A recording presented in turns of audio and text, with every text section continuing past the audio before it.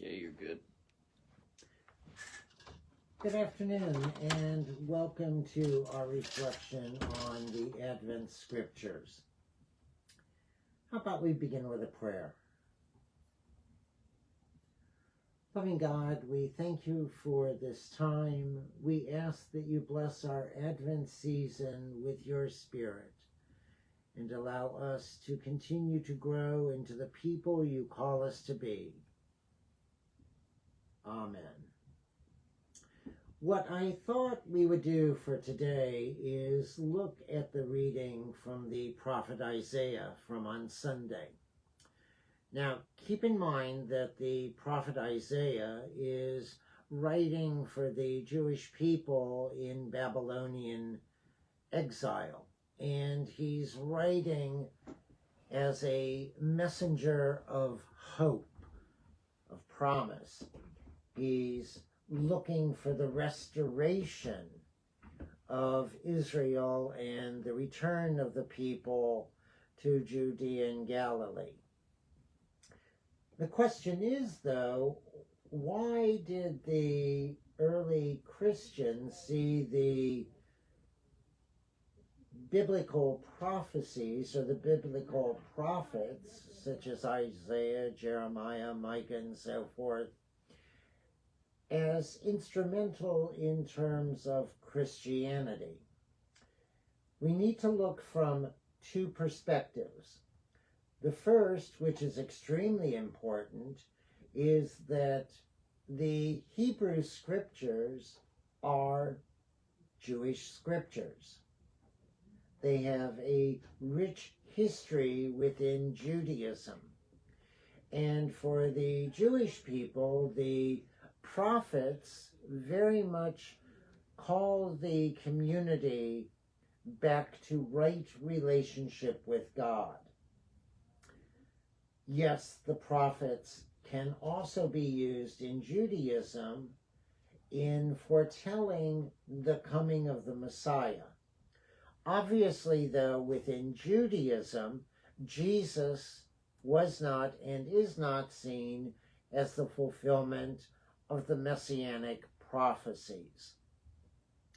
Christianity, however, sees the prophets, Isaiah, Jeremiah, so forth, as speaking to the fulfillment of the messianic prophecies in Jesus, and also speak to not the restoration of the Jewish people and the establishment of the Jewish land of Judea and Galilee, but instead the establishment of the fulfillment of God's realm. God's realm not being temporal, but instead spiritual. And that Jesus being the individual that would then bring right relationship with God. In the reading from the first Sunday of Advent for this particular year, Isaiah is speaking of Mount Zion, speaking of the restoration of Jerusalem, speaking how the nations will stream to it and how it will be seen as a light to the nations. Obviously, Christianity reinterpreted the New Jerusalem as the eternal kingdom found in the book of Revelation.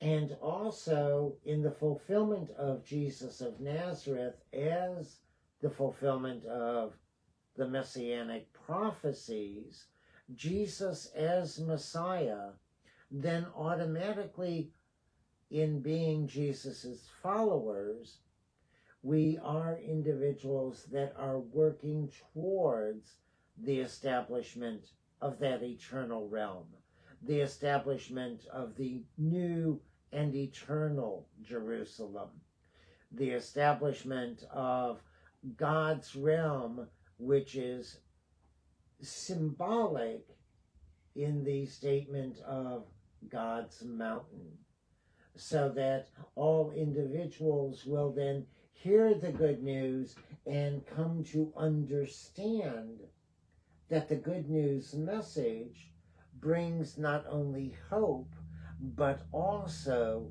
the fulfillment of God's realm. How, though, do we go about living out this messianic prophecy?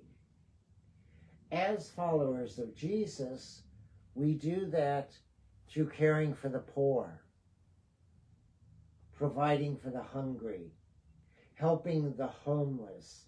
In other words, living out, caring for the least among us.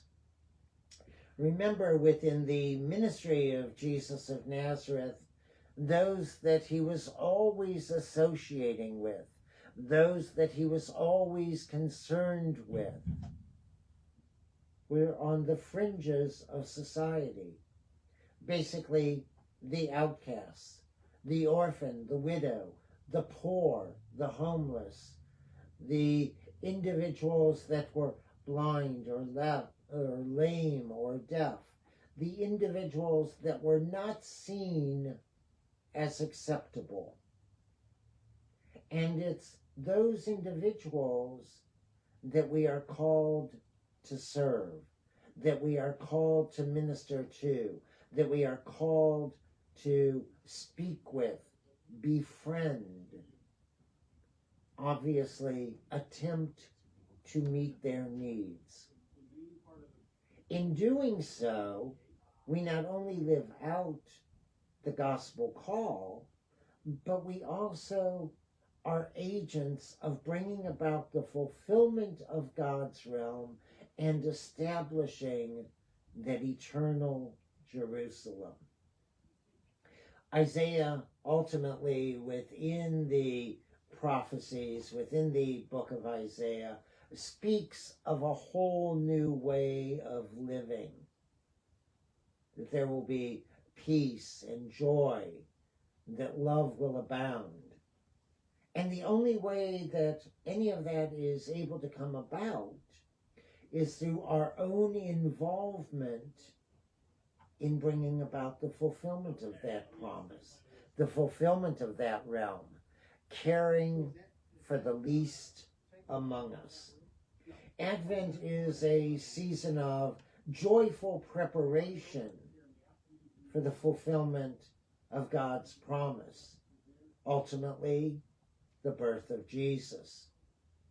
And what better way to joyfully prepare for the coming of Jesus, to joyfully prepare for the celebration of the birth of Jesus,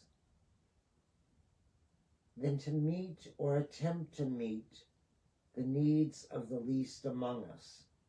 Remember that ultimately Jesus was born as a poor, impoverished child. His family were ultimately homeless. There was no place for them. They ended up being refugees in a foreign land. Sounds a little familiar to what individuals within our own country today and throughout the world experience. To be Jesus for others, to live out that gospel message, to bring about the fulfillment of the Isaiah prophecies, the establishment of the new Jerusalem, we need to then minister to the least among us, the poor, the downcast, the outcast, the rejected of society. In doing so, we not only live out our gospel call, we also bring about more and more through concrete actions the fulfillment of God's realm. And that's ultimately what Advent is about. We're not only preparing for the celebration of Christmas, the birth of Jesus, we are also preparing for the return of Jesus and the ultimate fulfillment of God's realm, the fulfillment of the Isaiah prophecies. May each of us work to establish that realm and bring that realm to completion. Amen. I hope today's time together has been meaningful and has brought you more insight into the prophet Isaiah, and that the words are able to speak to each of your hearts. Next week, we will be meeting about 15 minutes early. We're going to do next week's session beginning at 11:45, just to give everyone a heads up. Hope everyone has a meaningful and wonderful Advent. Hope today has been meaningful to you, and may the prophet Isaiah be fulfilled within each of our lives. Have a great day. Thanks, everyone. God bless.